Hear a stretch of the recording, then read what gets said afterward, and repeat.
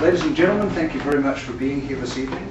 Thanks also to our hosts, the Bourgeois Pig, and Mason, who is the owner, and who's very graciously allowed us, which is what I think is the perfect venue for what we're doing. It's exactly what I had in mind. The subject of the discussion this evening is stage combat during the 19th century, and we're all fairly thoroughly familiar with what stage combat is, but for the sake of doing it, I'll do a quick explanation. To me, at least, stage combat is the illusion of theatrical violence, or the theatrical illusion of violence. The interesting thing I think about stage combat is that it's almost a discipline without a sense of where what we do comes from. There's starting to be now, people are starting to produce academic works. Motivation in creating the book, A Terrific Combat, was to introduce the more colourful and the more human side of the history of our discipline.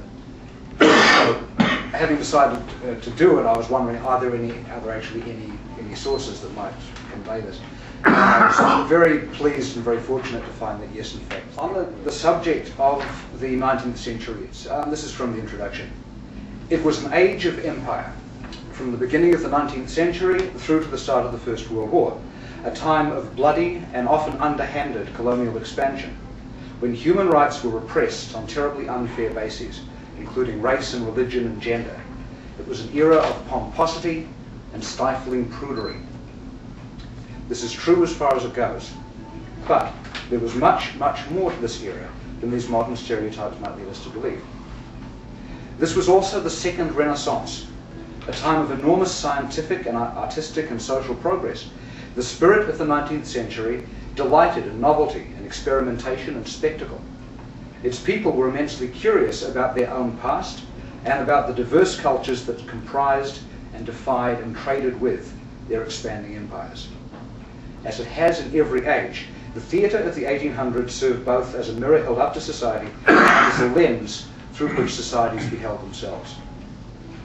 A Terrific Combat is an anthology of commentaries by people who performed upon the stages of the great playhouses and humble fairground booths during this age of empire. It also includes responses by the people for whom these plays were enacted. The reminiscences, fictions, critical reviews, interviews, essays, and verse herein focus on the peculiar discipline of stage combat, which is the physical embodiment of theatrical conflict, as it was experienced on both sides of the footlights during this exciting and diverse era.